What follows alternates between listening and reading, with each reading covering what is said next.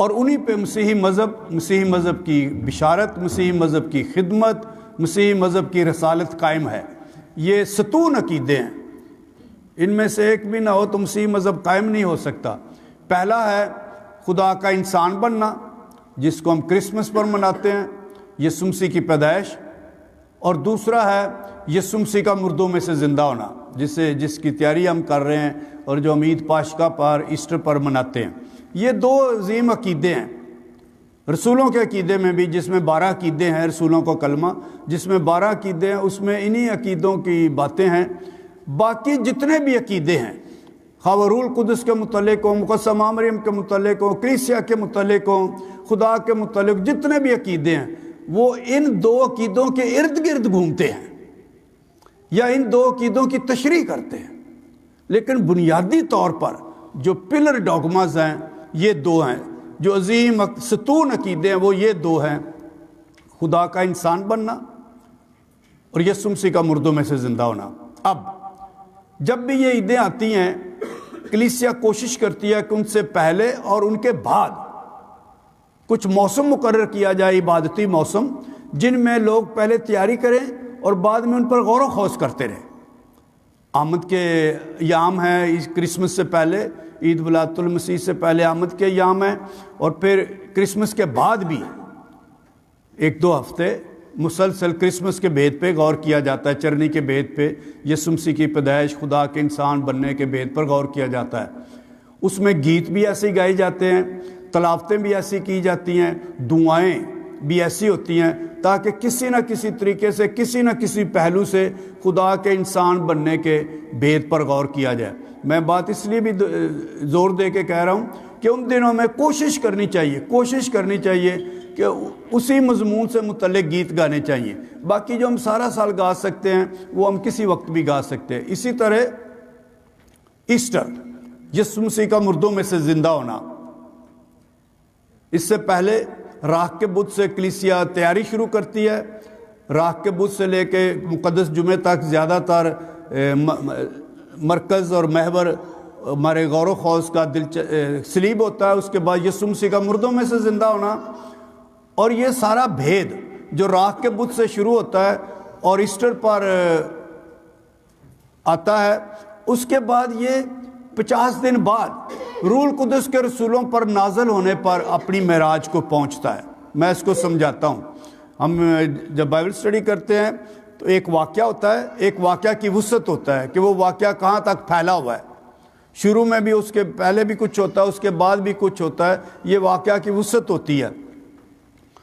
تو راہ کے بدھ سے شروع کر کے روزوں کے ایام جس سے ہم گزر رہے ہیں، یسوع مسیح کے دکھوں، یسوع مسیح کی موت کے بھید پر غور کیا جاتا ہے۔ اس کے بعد ایسٹر آتی ہے، جب یسوع مسیح کا مردوں میں سے زندہ ہونا وہ ہم مناتے ہیں۔ میری بات غور سے سنیں۔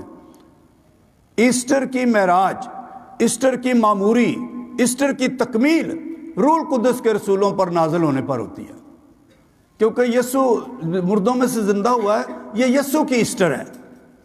رسولوں کی تب ہوگی اور ہم مومنین کی تب ہوگی جب یسوع مسیح ہم میں زندہ ہوگا۔ تو ایسٹر جو یسوع مسیح کی ایسٹر ہے وہ تو ہم مناتے ہیں، یاد بھی کرتے ہیں گیتوں میں، عبادت میں، نمازوں میں، لیکن وہ ہمارے اندر کتنا زندہ ہوگا، کب ہوگا، یہ پینتیکوست پر ہوتا ہے۔ پینتیکوست پر پہلی بار رسولوں نے یسوع مسیح کے زندہ ہونے کا مکمل تجربہ کیا، معمور تجربہ، اور لوگوں کے سامنے آ گئے، اور پھر انہیں کوئی روک نہ سکا اس کی منادی کرنے سے کہ یسوع مسیح مردوں میں سے زندہ ہوا ہے۔ تو یوں کہیے کہ ایسٹر یسوع مسیح کی ایسٹر ہے، یسوع مسیح کا مردوں میں سے زندہ ہونا ہے، اور پینتیکوست یسوع مسیح کا مومنین میں زندہ ہونا ہے۔ اور پھر وہ فرق طریقے سے تبلیغ کرتے ہیں، فرق طریقے سے منادی کرتے ہیں، پھر وہ یسوع مسیح کے مردوں میں زندہ ہونے کی خاطر شہادت تک بھی جاتے ہیں۔ تو بہرحال یہ دو عظیم عقیدے ہیں جن پہ ہم غور و خوض کرتے ہیں، اور بہت اچھا ہے کہ روزوں کے ایام میں فادر وسیم والٹر نے یہ فکری نشست، یہ چھوٹا سا سیمینار کہ یسوع مسیح کے موت کے صلیبی دکھوں کے تذکروں پر، پیشن نیریٹو پر غور کریں، یہ بنایا ہے۔ یقیناً جو صلیب ہے مسیحی مذہب میں مرکزی بھید ہے، اور یہ مسیحی مذہب کی پہچان ہے. یہ تو عام آپ جانتے ہیں، کہیں بھی کسی جگہ پہ بھی صلیب ہو، بلڈنگ کے اوپر ہو یا گلے میں لٹکائی ہو یا کسی جگہ پہ بھی ایک دم پتہ چل جاتا ہے کہ یہ کرسچن ہے، مسیحی ہے. یہ ہماری پہچان ہے اور اس سے ہی ہم پہچانے جاتے ہیں. یہ صلیب ہمیں تشخص دیتی ہے، لیکن اس پہ بار بار غور کرتے رہنا چاہیے، کیونکہ اس وقت جب یسوع مسیح کو صلیب دی گئی اس وقت یہ رومی سزائے موت تھی، اور جو حکومت کے خلاف مجرم ہوتے تھے، حکومت کے خلاف باغی ہوتے تھے، حکومت کا تختہ الٹنے والے تھے، جن پہ یہ الزام لگایا گیا ہوتا تھا، ان کو یہ سزا دی جاتی تھی، اور بہت ہی ہولناک خوفناک سزا تھی، بیان نہیں کیا جا سکتا. لیکن پھر کبھی موقع ملا تو میں وہ بیان کروں گا. عبرتناک موت تھی جو یہ دی جاتی. اور میں صرف ایک بات بتانا چاہتا ہوں، اس سے پہلے وہ کوڑے بھی لگائے جاتے تھے، سب کچھ ہوتا تھا. یہ جو لوگ صلیب دیے جاتے تھے ان کا کفن دفن نہیں ہوتا تھا. they were not buried. وہ صلیب پر ہی لٹکے رہتے تھے، صلیب پر ہی مر جاتے تھے، صلیب پر ہی چیلیں گدیں آ کے انہیں کھا کھو جاتی تھی. ان کا جنازہ تکفین نہیں ہوتی تھی.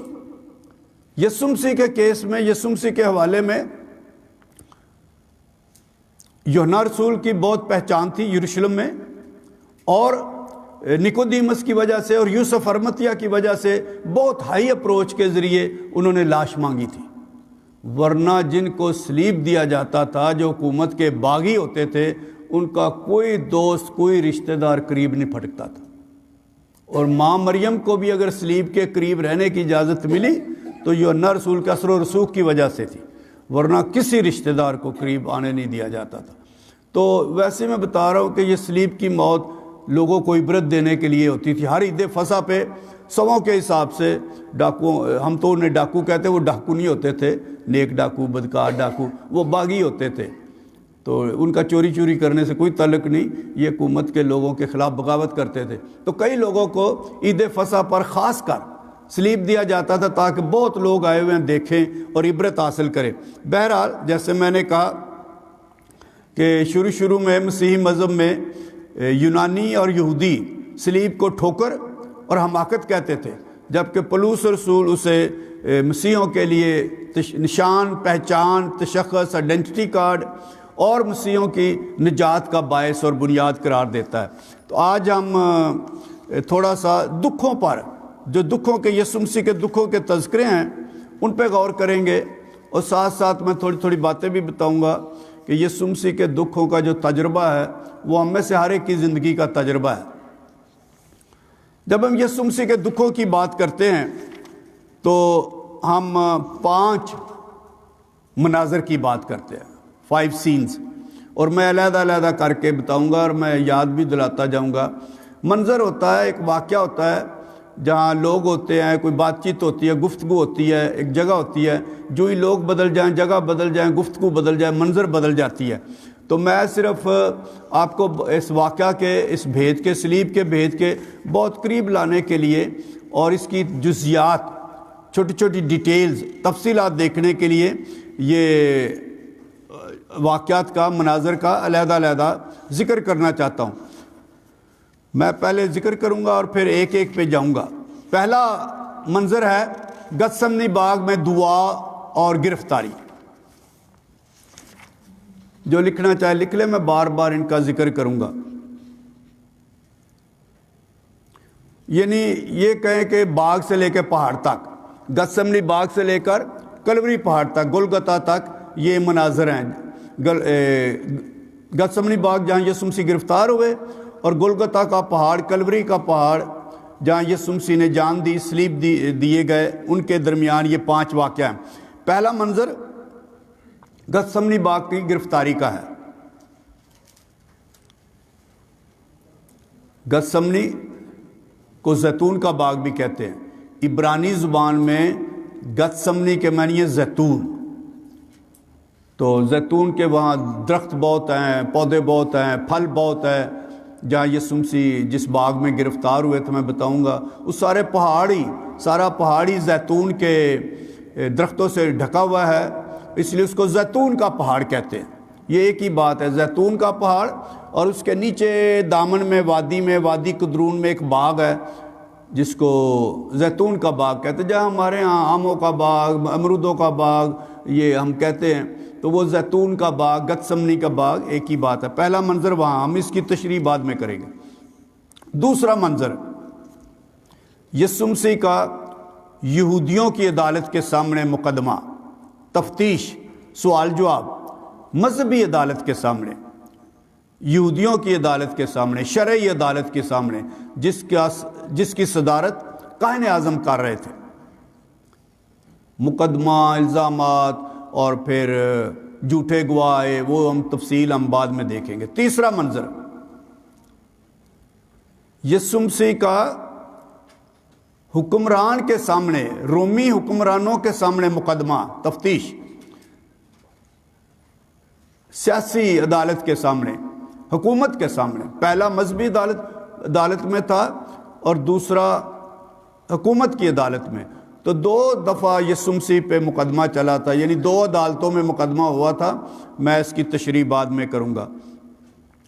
پلاطس حاکم تھا رومی حکومت کا، وہاں بھی یہودیوں نے یسوع مسیح کو پیش کیا، اس پہ الزام لگائے گئے، پھر بعد میں کوڑوں سے مارے گئے، کانٹوں کا تاج سر پہ رکھا اور بالآخر صلیبی موت کا فتویٰ سنایا گیا۔ یہ پلاطس کا یسوع مسیح کے موت کے ساتھ گہرا تعلق ہے۔ آپ حیران ہوں گے کہ ہمارے رسولوں کے عقیدے میں، ہمارے عقیدوں میں 2 لوگوں کے نام ہیں۔ یہ ہمارے ایمان کے عقیدے کا حصہ ہے۔ کون بتا سکتا ہے کہ رسولوں کے عقیدے میں 2 نام بھی ہیں؟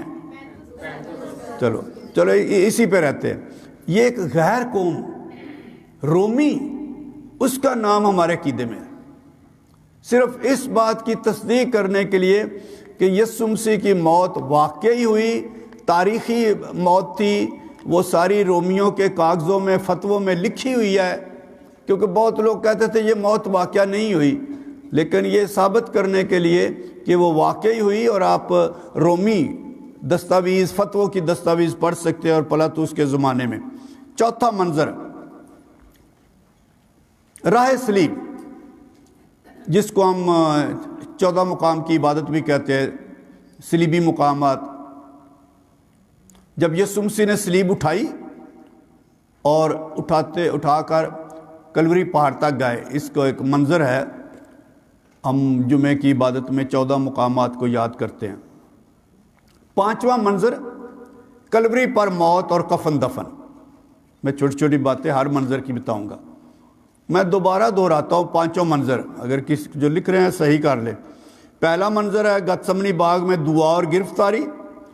دوسرا منظر ہے یہودیوں کی مذہبی اور شرعی عدالت میں یسوع پر مقدمہ۔ تیسرا منظر ہے رومیوں کی حکومتی عدالت پر یسوع کا مقدمہ۔ چوتھا منظر ہے راہ صلیب، صلیب اٹھا کر کلوری پہاڑ تک جانا۔ اور 5واں منظر ہے کلوری پر موت اور کفن دفن۔ ہم ہر منظر کی تفصیل تو نہیں کریں گے، کافی لمبا ہو جائے گا، لیکن میں کافی باتیں آپ کو بتاؤں گا، جتنی باتیں بتائی جائے اتنی کافی ہیں، باقی مکمل باتیں تو کبھی بھی نہیں ہو پاتی۔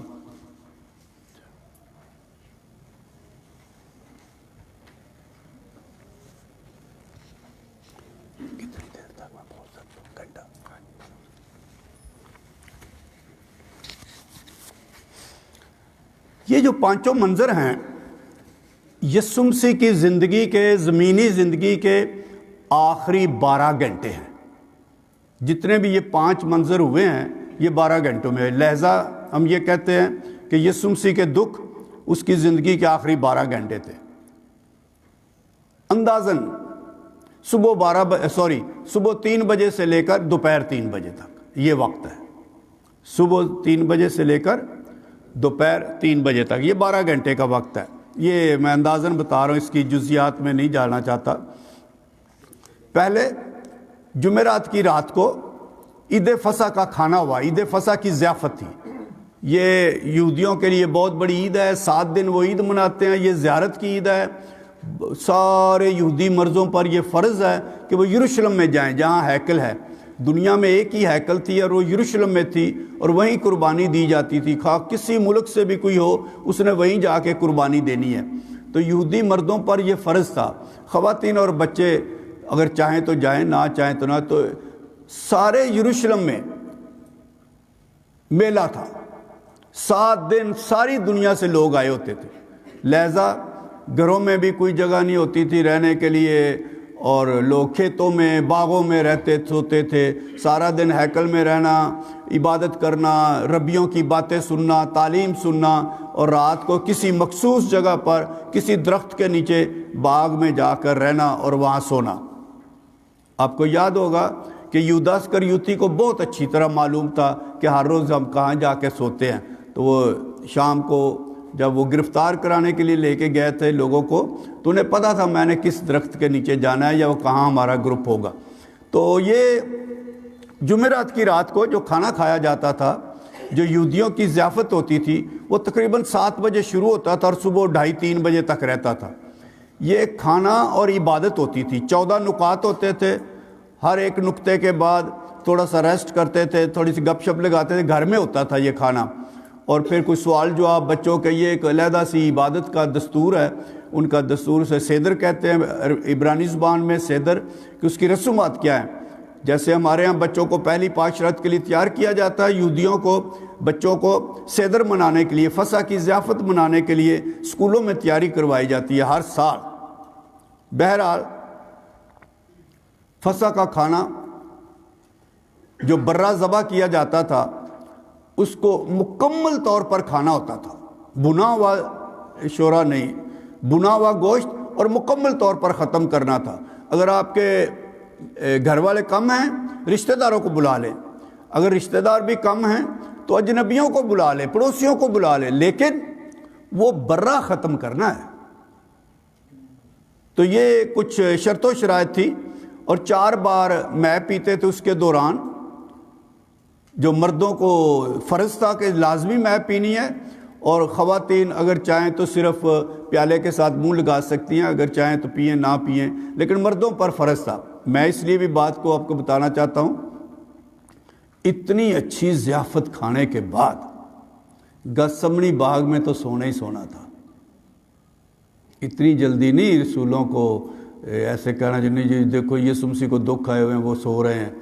اتنے ضیافت کے بعد جو یسوع مسیح کی گتسمنی باغ میں سنجیدہ باتیں تھیں، اب میرے ساتھ دعا کرو جاگو، یہ انسانی طور پہ مشکل تھا. یہ میں جان بوجھ کے بتا رہا ہوں.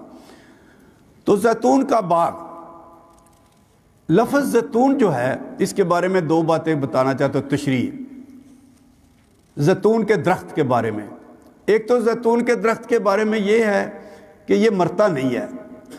ٹونڈ مونڈ ہو جائے، سوکھ جائے، پھر اس سے شاخ نکل آتی ہے اور وہ پھر درخت بن جاتا ہے. 500 سال کے بھی زیتون کے درخت ہیں، 3 ہزار سال کے بھی زیتون کے درخت ہیں. زیتون کا درخت مرتا نہیں، یہ دائمی اور ابدی ہوتا ہے. ایک دوسری بات، ہیکل میں جو چراغ دان جلائے جاتے تھے، شمع دان جلائے جاتے تھے، ان میں کچے زیتون کا کوٹا ہوا تیل ڈالا جاتا تھا جلانے کے لیے. کچے زیتون کے تیل کی صفت یہ ہے کہ اس کا شعلہ ٹمٹماتا نہیں، لوڈ شیڈنگ نہیں ہوتی، پھپکے نہیں مارتا، مسلسل. اور یہ 2 باتیں ہیں، اس لیے وہ جلاتے تھے کہ خدا کی حضوری، خدا کی موجودگی ٹمٹماتی نہیں ہے، کبھی کم کبھی زیادہ، ہمیشہ بھرپوری کے ساتھ رہتی ہے. اور دوسری، زیتون کا جو درخت ہے یہ وفاداری کی علامت ہے، کہ وفاداری ہونی ہے تو مکمل ہونی ہے اور ابدی ہونی ہے. لہذا زیتون کے باغ میں جو دعا اور گرفتاری کا منظر ہے، یہ وفاداری کے ترازو میں ہے، وفاداری تولنے کے لیے ہے. ہم آگے چلتے ہیں. یسوع مسیح ادھر باقی شاگردوں کو ایک جگہ پہ چھوڑ گیا اور ساتھ ہی تھوڑا سا فاصلہ لے کے 3 شاگردوں کو لے گیا جو اس کے کونسلر تھے، یعقوب یوحنا، پتر یعقوب یوحنا. یہ اس کے زیادہ مشیر تھے، قریبی تھے، اور زندگی کے اہم واقعات پہ یہ 3 شاگرد یسوع مسیح کے پاس ہوتے تھے. گتسمنی باغ میں بھی تھوڑا سا آگے گئے اور پھر انہیں بھی چھوڑ کر پھر تنہا اکیلے آگے گئے. تو 3 گروپ بنتے ہیں. آپ کلیئر آپ کو؟ ایک شاگرد رسول، پھر 3 شاگرد، اور پھر یسوع اکیلا. اور دعا کرنے جاتے ہیں آگے اکیلے، اور بار بار ہر دعا کے بعد وہ آتے ہیں، دیکھتے ہیں کہ یہ سو رہے ہیں. یسوع مسیح بتدریج سلسلے وار اپنی وفاداری میں بڑھ رہا ہے، باپ کی وفاداری میں، اور بالآخر یہ کہے گا کہ جو تیری مرضی میں وہی کروں گا. اور رسول شاگرد بتدریج تھوڑے تھوڑے کم ہو رہے ہیں وفاداری میں، تھوڑے تھوڑے کم ہو رہے ہیں. ایک وقت آئے گا بالکل ہی کم ہو جائیں گے، سارے بھاگ جائیں گے. تو یہ جو گتسمنی باغ ہے ایک وفاداری کا ترازو ہے کہ دکھوں کے وقت کون کس کے ساتھ کتنا ہے، اور کون کس کے لیے کتنی جان دیتا ہے، اور کون کس کے ساتھ کتنا کھڑا ہوتا ہے یگانگت میں، اور کون کس کے پیچھے پیچھے جاتا ہے. تو یہ ایک گتسمنی باغ کا منظر ہے. یہاں جو گرفتاری ہوئی ہے وہ مذہبی نوعیت کی تھی. ہیکل کے پیادے آئے تھے، کاہن اعظم کی طرف سے بھیجے گئے تھے کہ یسوع کو، ناصری کو گرفتار کر کے لاؤ، اور یہودا اسکریوتی نے لے کے گیا تھا. یہ سیاسی گرفتاری نہیں تھی. جو سپاہی تھے وہ حکومت کی طرف سے نہیں بھیجے گئے تھے، وہ حکومت کے سپاہی نہیں تھے، مذہبی عدالت کے پیادے تھے، ہیکل کے پیادے. ہیکل کی ایک اپنی سیکورٹی ہوتی تھی، ہیکل کے اپنا ایک دفاعی انتظام ہوتا تھا، ہیکل کے اپنے پیادے ہوتے تھے، اور وہ کاہن اعظم کے انڈر ہوتے تھے. تو کاہن اعظم نے وہ پیادے بھیجے جو یسوع مسیح کو جیسا لکھا ہے تلواریں لاٹھیاں وغیرہ لے کے گئے اور انہیں گرفتار کر کے لایا گیا. دوسرا منظر ہم یہاں سے شفٹ کرتے ہیں. دوسرا منظر یسوع کی گرفتاری کے بعد پہلی پیشی، پہلے الزامات، پہلی تفتیش یہودیوں کی مذہبی عدالت ہے. اس کو عبرانی زبان میں سینیڈرین بھی کہتے ہیں. سینیڈرین یعنی عدالت عالیہ، مذہبی عدالت عالیہ، مذہب کے اندر بڑی عدالت. تو اس پہ تقریباً 70-72 لوگ ہوتے تھے، اور جو اس وقت کا کاہن اعظم ہوتا تھا وہ اس کی صدارت کرتے تھے. تو یہ رات کو ہی ہوئی، اندھیرے میں ہی، ابھی دن نہیں چڑھا تھا. گتسمنی باغ سے گرفتار کر کے یسوع مسیح کو لایا گیا، اور ہر سال فرق کاہن اعظم اس کی صدارت کرتے تھے. اس میں بڑے بڑے لوگ ہوتے تھے، کوئی صدوقی، کوئی فریسی، کوئی امیر ترین لوگ بھی ہوتے تھے. یہ جو 70-72 لوگ ہوتے تھے، لیکن یہ مذہبی رہنماؤں کی عدالت تھی. اور ان کی کافی دیر سے یسوع مسیح کے ساتھ کھٹ پٹ تھی، دشمنی بھی تھی، ایک عداوت تھی جو مسلسل بڑھ رہی تھی اور اب نفرت میں بھی بدل چکی ہے. تو وہ چاہتے ہیں کہ کسی نہ کسی طریقے سے عید فصح کے بہانے یسوع مسیح پہ موت کا فتویٰ دیا جائے. میں یہاں بتانا چاہتا ہوں، یہودیوں کی عدالت کو اگر الزام ثابت ہو جائے تو موت کا فتویٰ دینے کی اجازت تھی، لیکن یہودیوں کی جو سزائے موت تھی، ڈیتھ سینٹنس، وہ پتھراؤ کرنے کی تھی، وہ پتھر پھینک پر مارنے کی تھی. تو سٹوننگ. تو یہ جو یسوع مسیح جس موت سے مرے وہ مذہبی موت نہیں تھی، وہ سیاسی موت تھی. میں اس کی تشریح تھوڑی دیر بعد میں کروں گا. تو عدالت میں لایا جاتا ہے، مذہبی عدالت میں. یہ ایک دلچسپ بات ہے، جب آپ آگے چل کے روزوں میں، مقدس ہفتے میں یسوع مسیح کے دکھوں کا بیان سنیں گے تو پھر اس کی طرف دھیان دے کے سننا کہ یسوع مسیح پر جو الزامات لگائے گئے وہ خالصتاً مذہبی تھے، کیونکہ عدالت مذہبی تھی. اور جو سیاسی عدالت ہوگی اس میں سیاسی نوعیت کے الزامات لگائے جائیں گے کہ یہ کرتا ہے، اس نے یہ کرتا ہے. مثلاً جو مذہبی عدالت تھی، پہلا تھا کہ یہ سبت کے خلاف بولتا ہے. سبت جو یہودیوں کے لیے سارے مقدس وقتوں سے زیادہ مقدس ہے، اور پھر ہیکل کے خلاف بولتا ہے. اس نے کہا ہیکل کو ڈھا دو، تو یہ بڑی بے حرمتی کرتا ہے، بے عزتی کرتا ہے. اور پھر خدا کا بیٹا ہونے کا دعویٰ کرتا ہے. تو یہ 3 قسم کے الزام لگائے، ثابت نہ ہو سکے، کوئی گواہ نہ آئے، کوئی جھوٹے گواہ آئے، لیکن یہ الزام جو ہیں یہ مذہبی نوعیت کے تھے. تو شرعی عدالت چونکہ الزام ثابت نہ کر سکے، مذہبی عدالت وہ سزا نہیں دے سکی. اب یہاں سے اگلا منظر شروع ہوتا ہے. تیسرا منظر لیکن اس منظر کو شروع کرنے سے پہلے میں چھوٹی سی 2 باتیں بتانا چاہتا ہوں جو انجیل میں لکھنے والے دوسرے منظر اور تیسرے منظر کے درمیان رکھتے ہیں. دوسرا منظر کون سا ہے آپ کو بتا سکتے ہیں؟ دوسرا منظر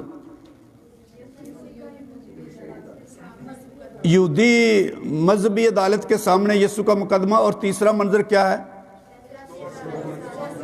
اوکے، سیاسی حکمران پینتوس پلاطس کے سامنے حکمرانوں کی عدالت مقدمہ. ان 2 مناظر کے درمیان ایک 2 اور منظر ہوتے ہیں. پہلا منظر ہے پطرس رسول کا.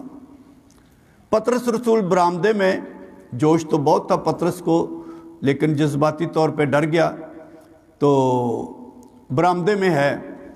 یوحنا کی سفارش کی وجہ سے یوحنا اسے کافی اندر لے گیا. یوحنا کا بہت اثر و رسوخ تھا. یوحنا کے خاندان کو یروشلم میں بہت لوگ جانتے تھے، بڑے بڑے. تو یوحنا رسول کا جو رسولوں میں سب سے چھوٹا تھا، جس کو مقدسہ ماں مریم ماں کے طور پہ دی گئی، اور بعد میں ماں مریم اور یوحنا ترکی میں افسس کے مقام پہ کئی سال اکٹھے رہے. تو یوحنا کی کافی واقفیت تھی. تو یوحنا کی وجہ سے پطرس کو بھی اندر جانے کا موقع ملا، لیکن وہ بیچارہ برآمدے میں اسے روک لیا گیا. باقی لونڈیوں کے سوالات آپ کا پتہ ہے، آپ کو 3 بار سوالات ہوئے. اندر عدالت لگی ہے یسوع مسیح کی، مذہبی عدالت کے سامنے. برآمدے میں کس کی عدالت لگی ہے؟ پطرس رسول.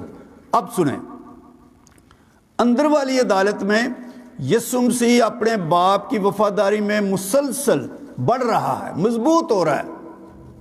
اور برآمدے والی عدالت میں پطرس رسول اپنے آقا، اپنے استاد، اپنے گرو، اپنے ربی کی وفاداری میں مسلسل کم ہو رہا ہے. ایک وقت آئے گا کہ وہ لعنت کر کے انکار کرے گا اور پھر مرغ بانگ دے گا. یہ اور وہاں لکھا ہے پاک کلام میں، جب یسوع مسیح مذہبی عدالت سے باہر نکلے اور اس نے پطرس پر نظر کی اور پھر پطرس زار ہوا. یہ منظر ہے. ابھی یسوع مسیح تیسرے منظر میں نہیں گئے، پلاطس کی عدالت میں نہیں گئے، اور یہ منظر پیش آتا ہے. دوسرا، یہ چھوٹا سا واقعہ میں بتانا تھا. پہلا پطرس کا، دوسرا یہودا اسکریوتی کا. اس واقعہ کے بعد دوسرا منظر جو ہے، جو مذہبی عدالت کے سامنے یسوع مسیح کی پیشی اور مقدمہ ہے، وہاں کاہن اعظم نے سارے مقدمے کو لپیٹ کے کہا حکمرانوں کے سامنے لے جاتے، اس کو سیاسی بنا کے پیش کرتے ہیں اور اس پہ موت کا فتویٰ دیتے ہیں. ایک باریک بات ہے، ذرا غور کریں. یہودا اسکریوتی کا جو ٹھیکہ تھا، سودا تھا، صرف گرفتاری کا تھا، موت کا نہیں، کہ میں تمہیں پکڑواؤں گا، گرفتار کرواؤں گا. جب اس نے دیکھا کہ انہوں نے تو آگے لے گئے ہیں بات کو، یہ تو مروانا چاہتے اسے، پھر اس نے پیسے وہاں پھینکے اور اس نے جا کے اپنے آپ کو پھانسی دی. یہ دوسرے اور تیسرے منظر کے درمیان 2 واقعات ہوئے، ایک پطرس کا اور ایک یہودا اسکریوتی کا. Is it clear? نہ بھی کلیئر بعد میں پوچھ لینا. اب ہم تھوڑا سا تیسرے منظر کی طرف جاتے ہیں. تیسرا منظر ہے سرکاری عدالت کے سامنے، حکومت کی عدالت کے سامنے، جہاں پینتوس پلاطس بیٹھا ہے. یہ یروشلم کا حکمران تھا، حاکم تھا، گورنر تھا. جبکہ جو کیسر ہوتا ہے، جو ساری دنیا کا روم کا شہنشاہ ہوتا ہے، وہ روم میں بیٹھتا تھا، اور اس نے دنیا کے کئی حصوں پہ، چھوٹے چھوٹے حصوں میں گورنر، حاکم بنائے ہوئے تھے. یہ ہیرودیس، یہ پینتوس پلاطس، یہ سارے گورنر تھے، حاکم تھے، چھوٹے چھوٹے صوبے بنائے ہوئے تھے. تو ان کا یہی کام تھا، امن و امان قائم رکھو، لوگوں سے ٹیکس لو اور بس حکومت کرو. لیکن اصل میں جو بادشاہ ہوتا تھا، شہنشاہ ہوتا تھا، وہ روم میں بیٹھا ہوتا، اسے کیسر کہتے تھے. روم کے ہر بادشاہ کو کیسر کہتے، شہنشاہ کو یہ اس کا لقب ہوتا تھا. آگے نام، مثلا کیسر اگستس، آپ کو یاد ہے جس نے مردم شماری کا حکم دیا تھا بڑے دن کے پہلے کی بات، تو مردم شماری کا کیسر اگستس، کیسر فلاں فلاں کیسر فلاں. تو کیسر ان کا ایک خطاب ہوتا تھا. جیسے مصر میں جتنے بھی بادشاہ تھے تو ان کا خطاب فرعون ہوتا تھا، نام نہیں ہے یہ. جیسے ہم اپنے ہر صدر کو صدر اعظم کہتے ہیں، وزیر اعظم کہتے ہیں، نام ان کا اور ہوتا ہے. تو روم والے شہنشاہوں کو کیسر کہتے تھے اور مصر والے شہنشاہوں کو فرعون کہتے تھے. آگے ان کے نائب ہوتے تھے. اب ہم جاتے ہیں یہ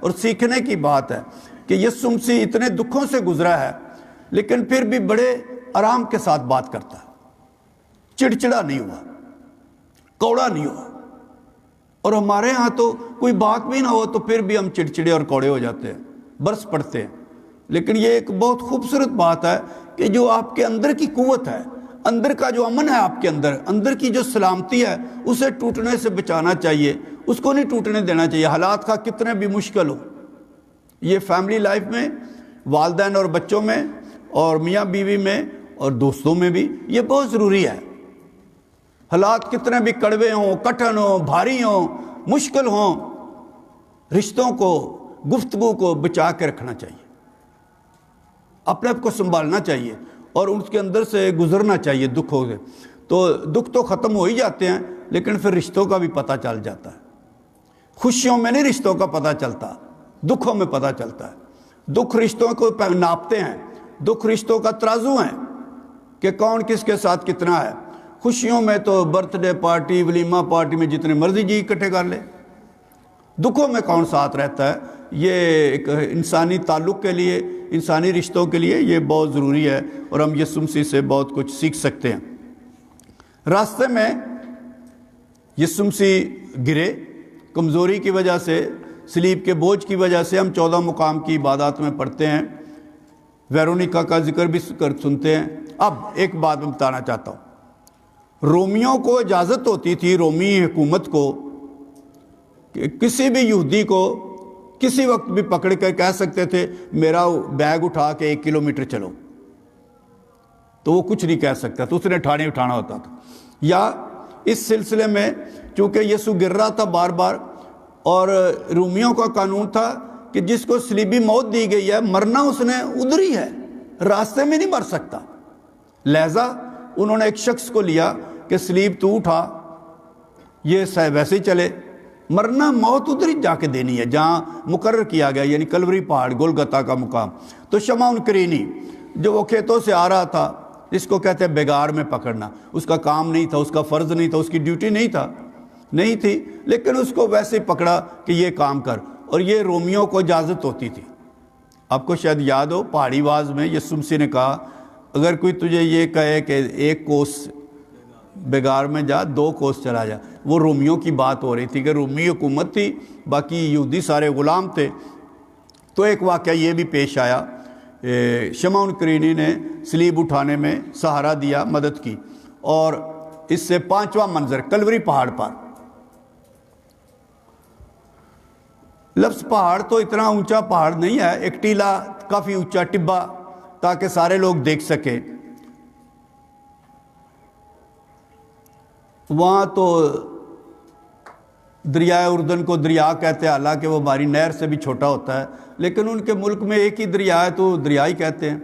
اور اسی طرح پہاڑ تو کلوری پہاڑ تو کہتے ہیں، لیکن وہ تو پہاڑی بھی نہیں ہے، بس کافی اونچی ہے، تھوڑی سی چٹان بھی ہے، سخت بھی ہے۔ تو اس کے اوپر صلیب دینے کا مقصد یہ تھا زیادہ سے زیادہ لوگ دیکھے، لیکن ایک مقصد یہ بھی تھا کہ عوام ڈسٹرب نہ کرے۔ جو صلیب دیے جانے کا عمل ہے حکومت کا، حکومت نے موت کی سزا دینی ہے، اس میں عوام کوئی دخل نہ دیں، ہم آرام کے ساتھ، عوام نیچے رہے، ہم عوام کے ساتھ اوپر یہ اپنا عمل کریں موت کی سزا کا۔ لیکن اس کا یہ بھی مقصد تھا کہ سارے لوگ دیکھیں، عبرت حاصل کریں۔ یہ جو آخری 3 4 14 مقام میں سے ہیں وہ کلوری پہاڑ پر ہوئے، اس کے کپڑے اتارے گئے، صلیب پر کیلوں سے جڑا گیا اور صلیب پہ لٹکایا گیا اور پھر جان دی۔ تو یہ سارے ایک ہی جگہ پہ ہوئے تھے جہاں صلیب دیا جانا تھا۔ میں نے آپ کو بتایا ہے کہ یہ ننگے صلیب دیے جاتے تھے، بازوؤں کو رسوں سے صلیب کے ساتھ باندھا جاتا تھا، اور پاؤں کے نیچے بھی ایک لکڑی لگائی جاتی تھی تاکہ باڈی، سارا بدن جو ہے، جسم جو ہے نیچے نہ ڈھلک جائے، اس کو سہارا ملتا تھا۔ اور یہ کیل لگائے جاتے تھے، ہاتھوں میں تو نہیں، ادھر دیکھیں، ہاتھوں میں تو نہیں، اس جگہ پہ کیل لگائے جاتے تاکہ سارے بدن کا جو وزن ہے یہ اٹھائے، کیونکہ جب ایسے آئے تو اگر وہ گر جائے نیچے تو پھر بار بار ایسے، تو یہاں کیل لگائے جاتے تھے، یہاں اس کے درمیان جہاں میں ہاتھ لگا رہا ہوں، اور وہ اس لیے تھا کہ وزن قائم رہے، باڈی ادھر ہی رہے، کیونکہ مرنا اس نے سلیب کے اوپر ہی ہے۔ کپڑے اتارے گئے، کیلوں سے جڑا گیا، سلیب دیا گیا۔ اب سلیب پر سلیبی کلمات، 7 سلیبی کلمات ہوئے، اس میں تھوڑی سی بات چیت کروں گا، ایک ایک پہ نہیں، مختصر طور پہ۔ سلیبی کلمات اب ان کو کہتے ہیں جو یسوع مسیح کی زبان سے ادا ہوئے اور اس نے کسی نہ کسی سے بات کی، یا باپ سے یا شاگرد سے یا ماں سے یا ڈاکو سے، لیکن یسوع مسیح کی زبان سے ادا ہوئے۔ سلیب پر بہت لوگوں نے یسوع سے بات کرنا چاہی، یسوع کو طنز مذاق بھی کیا، اس کی میں بعد میں بات کرتا ہوں۔ یسوع نے کسی سے بات نہیں کی، یسوع نے صرف باپ سے بات کی، اپنے آپ سے بات کی، اور ایک ہی شخص تھا جو اپنی باتوں میں یسوع کو بات کرنے کے لیے اکسا سکا، اور وہ تھا ڈاکو، نیک ڈاکو۔ یہ واحد شخص ہے جس کی بات کا جواب یسوع مسیح نے دیا، جس کو ہم نیک ڈاکو کہتے ہیں۔ ڈاکو تو ڈاکو ہی ہوتے ہیں بہرحال، ٹھیک ہے، ہم اپنی مسیحی روایات میں اسے ڈاکو کہتے ہیں۔ اس کی یسوع مسیح نے جو اس کے ساتھ وعدہ جو کیا تھا، تو 2 ڈاکوؤں میں گفتگو ہوتی ہے۔ ایک ڈاکو یسوع مسیح سے بات کرتا ہے، جس کو ہم بد ڈاکو کہتے ہیں، اس کا یسوع جواب نہیں دیتا، اس کو جواب دیتا ہے دوسرا ڈاکو کہ ہم تو اپنے کیے ہوئے پہ بھگت رہے ہیں، اس نے تو کچھ کام نہیں کیا، یہ تو راست باز ہے، خوف کھا، خدا کا خوف کھا۔ اور پھر یہ جو نیک ڈاکو ہے یہ یسوع سے مخاطب ہوتا ہے، جب تو اپنی بادشاہی میں آئے تو مجھے یاد رکھ۔ اور یہ واحد شخص ہے جس کے سوال کے جواب میں یسوع مسیح نے کسی سے بات کی کلوری پر۔ باقی جتنی بھی باتیں ہوئی ہیں یسوع مسیح نے خود کی ہیں۔ اگر اس نے ماں کو کچھ کہا خود کہا، شاگرد کو کچھ کہا خود کہا، باپ سے بات کی تو خود کہا۔ لیکن ایک واحد شخص جس کی بات کا یسوع نے جواب دیا، یا جس کی بات نے یسوع کو بات کرنے کی طرف مائل کیا اور اکسایا، وہ یہ ڈاکو تھا۔ جب تو اپنی بادشاہی میں آئے تو مجھے یاد کر۔ تو میں نے اس پہ کافی لکھا، میں آپ کو بعد میں کتابیں تھوڑی سی دکھاؤں گا تو آپ زیادہ پڑھ سکتے ہیں۔ لیکن یہ ڈاکو یسوع مسیح نے کیا کہا آپ یاد کر سکتے ہیں؟ یسوع مسیح نے اس ڈاکو کو کیا کہا؟ ایک وعدہ کیا، ایک برکت دی۔ لوکا کے مطابق انجیل میں آج کا لفظ بہت اہم ہے، میں صرف 3-4 حوالے دے کے بات کو آگے بڑھاؤں گا۔ جب یسوع مسیح پیدا ہوئے تھے تو فرشتوں کو خوشخبری دی گئی تھی، فرشتوں نے چرواہوں کو خوشخبری دی تھی جس رات یسوع مسیح پیدا ہوئے تھے، اور ادھر آج کا لفظ استعمال ہوا ہے۔ کوئی یاد ہے کسی کو؟ ویری گڈ، میں نے کہا کہیں غلطی سے یہ نہ کہنا آج ہی تو میرے ساتھ فردوس میں ہوگا، ٹھیک ہے۔ تو آج کا لفظ نجات کے ساتھ آتا ہے۔ ادھر بھی المنجی کی بات ہوئی ہے، آج داؤد کے شہر میں تمہارے لیے منجی پیدا ہو۔ پھر ایک میں اور بات بتاتا ہوں کہ جب زکئی جو قد میں چھوٹا تھا، جو درخت پہ چڑھ گیا، یسوع مسیح کو دیکھنے کا خواہش مند تھا، یسوع مسیح کو دیکھا، اس واقعہ میں 2 دفعہ آج کا لفظ آیا ہے۔ کوئی یاد کر سکتا ہے؟ ایک تو یہ ہے کہ آج مجھے تیرے ہاں رہنا ضرور ہے، گھر میں رہنا ضرور ہے، اور دوسرا آج نجات آئی۔ تو آج کا لفظ لوکا کے مطابق انجیل میں جہاں بھی آتا ہے ہمیشہ نجات کے ساتھ آتا ہے۔ اور یہ جو ڈاکو ہے جس کو کہا گیا آج تم میرے ساتھ، وہ بات سنیں، ڈاکو ایسٹر منا کر مرا تھا، وہ نجات کا وعدہ لے کر مرا تھا۔ آج ہی تو میرے ساتھ فردوس میں ہوگا۔ تو یہ بہت بڑی بات ہے۔ اس ڈاکو پہ میں نے بہت کچھ لکھا ہے، تو پتہ نہیں کیسے یہ ڈاکو بن گیا، لیکن اس کی باتیں، اس کا کردار تو کچھ فرق نظر آتا ہے۔ ہم آج اس بات پہ نہیں جائیں گے۔ تو یہ یسوع مسیح کے کلمات ہے، صلیبی کلمات ہم کہتے ہیں۔ اب میں آپ کی توجہ دلانا چاہتا ہوں، صلیبی کلمات کے علاوہ اور بھی لوگوں نے بڑی باتیں کی تھی صلیب پر، یسوع مسیح سے یا یسوع مسیح کے متعلق، اس کو میں نے اپنی ایک کتاب میں کلوری کے کلمات کہا ہے۔ میں کہہ رہا ہوں صلیبی کلمات تو وہ ہیں جو یسوع مسیح کی زبان سے ادا ہوئے، لیکن اور بھی بہت ساری باتیں ہوئی تھی، ابھی میں آپ کو پوچھوں گا کو آپ یاد کریں، جو کسی نے کہی ہو آتے جاتے نے، یا کسی نے یسوع مسیح کو کہی ہو، یسوع مسیح کو مخاطب کر کے، یا یسوع مسیح کے متعلق کہی ہو، کسی کو یاد آ رہا ہے؟ واہ واہ، جب یسوع مسیح نے جان دے لی تو صوبے دار، رومی صوبے دار جو ڈیوٹی پر تھا، جس نے سارا یہ موت کا جو منظر تھا اس کی قیادت صدارت کرنی تھی، اس نے کہا در حقیقت یہ شخص خدا کا بیٹا، یہ آدمی خدا کا بیٹا تھا، خدا کا بیٹا۔ تو وہ پورا اس نے ایمان کا اقرار کیا، اور کوئی آتے جاتے کسی کی بات، بڑی باتیں ہیں،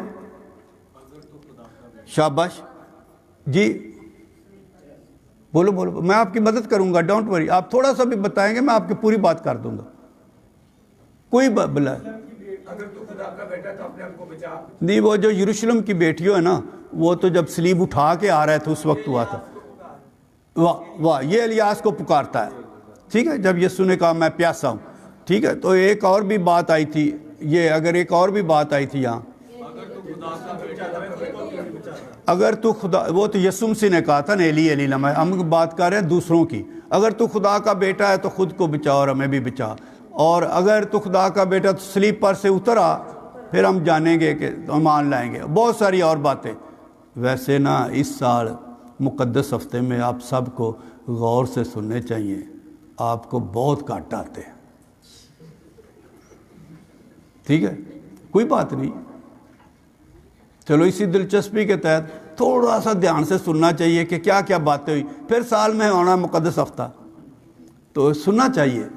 اوکے، میں ایک آپ کو بات بتانا چاہتا ہوں، جو بائبل سٹڈی میں دلچسپی رکھتے ہیں وہ نوٹ کریں، غور کریں۔ جب یسوع مسیح کی بیابان میں آزمائشیں ہوئی تھی تو شیطان نے اس سے باتیں کی تھی، تھوڑا تھوڑا یاد آ رہا ہے؟ وہی الفاظ کلوری پہاڑ پر لوگوں نے بولے ہیں، لوگوں نے، راہ گزر نے، سپاہیوں نے تو نہیں، ان کو تو زیادہ بولنے کی اجازت نہیں ہوتی، میں کہہ رہا ہوں جو بیابان میں، یہودیہ کے بیابان میں یسوع کی آزمائش کے وقت جو الفاظ شیطان نے لفظ بولے تھے، یسوع مسیح کی زندگی کے اعلانیہ منادی کی زندگی کے شروع میں جو الفاظ شیطان نے بولے تھے، وہی الفاظ کلوری کے کلمات میں لوگ بھی بول رہے ہیں۔ بہت ساری باتیں اب بائبل سٹڈی کرنا، لیکن میں نے آپ کو اشارہ دے دیا۔ اچھا ہے، بہانے سے مقدس ہفتے کے قریب آپ پیشن نیریٹو پڑھیں، یسوع کے دکھوں کا بیان پڑھیں، ہر پاک انجیل میں آخری دو باب تو یسوع مسیح کے مردوں میں سے زندہ ہونے کی باتیں ہیں، ان سے پہلے دو باب یسوع مسیح کے دکھوں کا تذکرہ ہے، تو آپ آسانی سے پڑھ سکتے ہیں۔ یسوع مسیح نے ساری باتوں کے بعد بہت جلد جان دے دی۔ زیادہ تر ڈاکو 2 3 4 دن زندہ رہتے تھے، گالیاں نکالتے تھے، کرب میں نکالتے تھے، اور میں نے آپ کو پہلے بتایا کہ انہیں کفنایا دفنایا نہیں جاتا تھا، ان کو چیلیں گدھیں آ کے کھاتی تھی اور وہی جنازہ ہو جاتا تھا۔ جنازے کے معنی ہیں بس ختم، کوئی رشتہ دار نے قریب نہیں آتا تھا۔ چونکہ سبت شروع ہونے والا تھا، بغور سے سنیں میری بات، جمعے کو جب سورج غروب ہوتا ہے تو سبت شروع ہو جاتا ہے۔ یہودیوں کا دن، ہمارا دن آدھی رات سے شروع ہوتا ہے، کیلنڈر کی ڈیٹ تاریخ، یہودیوں کا دن جو ہے سورج کے غروب ہونے سے شروع ہوتا ہے۔ آج جب سورج غروب ہوگا تو یہودیوں کا اگلا دن شروع ہو جائے گا، تو سبت شروع ہونے کو تھا۔ تو انہوں نے کہا ہماری یہ کسٹم نہیں ہے، ہماری یہ روایت نہیں ہے، دستور نہیں ہے کہ سبت کو، یہ بڑی ایک عجیب جی رسم بتانے لگا آپ کو، کہ سبت کو یہ سلیب پر لٹکے رہیں، لہذا ان کی ٹانگیں توڑ دی جائیں، سلیب سے اتار لیا جائے، اور جب سبت گزر جائے گا تو دوبارہ سلیب پر چڑھا دیں، ٹانگیں توڑ دی جائیں کہ بھاگ نہ جائیں۔ ہیں حکومت کے متحد ہی، یہ بات سمجھ آ گئی ہے۔ جب یسوع مسیح کی بات ہوئی کہ وہ مر گیا ہے تو حکومت اتنا چلاکی ساریاں جانتی ہے، حکومت نے کہا پہلے ٹیسٹ کرو کہ مرا ہے کہ نہیں، کہ یہ ایسی ڈرامہ ہے، اور پھر نیزہ مارا گیا، ٹھیک ہے۔ تو وہ پتہ چل گیا، حکومت نے سند دے دی، سرٹیفائی کر دیا کہ وہ جو موت کا سزا تھی وہ پوری ہو گئی ہے، وہ مر گیا ہے۔ اب اگلا عمل تھا کہ گورنر سے براہ راست، حاکم سے، حکمران سے لاش مانگی جائے، اور وہ شاگردوں نے جن کا نام میں نے پہلے لیا ہے، یوسف ارمتیا اور نکودیمس اور یوحنا رسول، انہوں نے جا کے حاکم سے، حکمران سے، گورنر سے لاش مانگی کہ ہم اسے دفنانا چاہتے ہیں۔ بڑی پوچھ گچھ کے بعد لاش دے دی گئی۔ اس کے بعد دفنائے گئے۔ جس کپڑے میں یسوع دفنائے گئے تھے، جس کپڑے میں، وہ بہت قیمتی کپڑا تھا، بڑی یوسف نکودیمس نے، یوسف ارمتیا نے بڑا مہنگا کپڑا خریدا ہوا تھا۔ اس کا یونانی زبان میں ہے نام، نہیں تو اردو زبان میں نا، مہین کتانی کپڑا، یونانی زبان میں اس کا لفظ ہے سندون، اور عالم کہتے ہیں، ہم بھی ان سے اتفاق کرتے ہیں کہ یہ جو ململ، مہین کتانی ململ تھی، یہ جو کپڑا تھا، یہ سندھ سے مغرب میں برآمد کیا جاتا تھا۔ یہ اسکندر اعظم یسوع مسیح سے 300 سال اس وقت سے تجارت ہوتی تھی، شاید اس سے بھی پہلے ہو، لیکن اسکندر اعظم سے ہمیں پتہ ہے کہ مشرق کی چیزیں مغرب میں جاتی تھی، یونان میں، روم میں جاتی تھی۔ اور یہ جو لوگ کبھی کراچی کی طرف گئے ہوں، ٹھٹھا کے قریب ایک جگہ بھمبور، یہ دھوبیوں کا اور ململ کو صاف کرنے والوں کا شہر ہوتا تھا، بندرگاہ ہوتی تھی۔ یس یہ تو سب کو آنا چاہیے، نی سسی ہے تیرا لٹیا شہر بھمبور، تو یہ وہ شہر ہے۔ یہاں بندرگاہ تھی، کراچی کوئی شہر نہیں تھا اس وقت، نہ بندرگاہ تھی، بھمبور بندرگاہ تھا، اور یہاں سے وہ کپڑا جاتا تھا۔ میں تھوڑا سا رک کے ایک اور بات بھی بھمبور کے بارے میں بتانا چاہتا ہوں۔ جب مقدس توما رسول جہاز کے ذریعے، بحری جہاز کے ذریعے، پانی کی ذریعے ادھر آئے ہندوستان پاکستان میں، اس وقت تو پاکستان نہیں تھا، تو وہ بھمبور میں آئے، اور وہاں سے انہوں نے ٹھٹھا کے قریب منادی کی، اور ٹھٹھا کے قریب ان کے شاگرد ہیں، مقدس توما رسول کی بات کر رہا ہوں۔ جب وہ خشکی کے ذریعے آئے تو وہ ٹیکسلا کی طرف سے، لاہور دہلی کی طرف سے آئے، تو یہ دو ہی روٹ ہوتے تھے، ایک بحری اور ایک بری، ایک خشک راستہ جس کو ہم جی ٹی روڈ کہتے ہیں، اور ایک پانی کا راستہ۔ چلو ہم آتے ہیں اس کپڑے کی طرف، مہین کتانی کپڑا۔ تو ہمارے لیے ایک بہت بڑا فخر ہے، اعزاز ہے کہ جس کپڑے میں یسوع مسیح دفنائے گئے تھے وہ ہماری سرزمین سے تھا، سندون اس کا یونانی، اور یہ لفظ عالم کہتے ہیں یہ سندھ کے لفظ، اسپیلنگ بھی وہی ہیں، ہجے حرف بھی وہی ہے، سندون۔ تو یسوع مسیح کو دفنایا گیا۔ یسوع مسیح کی قبر، یہ میرا آخری نقطہ ہوگا یہ مناظر کے حوالے سے۔ یسوع مسیح کی قبر، یہودیوں میں جیسے ہم دفناتے ہیں، قبر نیچے زمین کے اندر کھود کر اوپر مٹی ڈال کے، وہ ایسے نہیں دفنایا جاتا تھا۔ یہودی لوگ، ایک چٹان ہوتی تھی، کوئی بھی چٹان، اس کو کھود کر اس کے اندر ایک چھوٹا سا گھر بناتے تھے، اور اس کے اندر شیلفز، پرچتیاں لگاتے تھے، شیلف جیسے ہم برتن وغیرہ رکھتے ہیں، تو ان کے اوپر لاش کو رکھتے تھے، اور اس غار کے باہر چھوٹا سا ایک دروازہ ہوتا تھا، دروازہ نہیں، ایک سوراخ ہوتی تھی جس کے اندر سے لے کے جاتے، سوراخ تو نہیں، وہ کافی بڑا ہوتا تھا، لوگ اندر جاتے تھے، اور باہر اس کے آگے پتھر رکھتے تھے۔ یہ جو لاشیں اندر رکھتے تھے، یہ کئی دفعہ سارے خاندان کی ایک ہی قبر ہوتی تھی، ادھر ہی لاش بیٹے کی پڑی ہے، ادھر ہی باپ کی، ادھر ہی ماں کی، ادھر ہی بہن کی، فیملی ٹومز، یہ خاندان کی قبریں ہوتی تھی، بادشاہوں کی بھی قبریں ہوتی تھی ایسے ہی۔ لیکن پتھر ہٹا کے آپ اندر جا سکتے تھے، اندر پھول رکھ سکتے تھے، اندر کوئی خوشبویاں لگا سکتے تھے، اندر صفائی کر سکتے تھے لاش کی، ایسے۔ تو یہودیوں میں یہ تھا۔ آپ کو یاد ہوگا مصر میں جب یوسف یعقوب مرے تو انہوں نے کہا ہماری ہڈیاں ہمارے ملک میں لے جانا، تو اس کو دوسرا جنازہ کہتے ہیں کہ جب آپ یہاں سے جائیں تو ہماری ہڈیاں بھی ساتھ لے جانا، اور پھر جہاں کہ ہم ہیں، ہمارا آبائی گاؤں ہے جہاں بھی ہے، وہاں جا کے دفنانا ہمیں۔ تو یہ یہودی مٹی کے نیچے نہیں دفناتے تھے،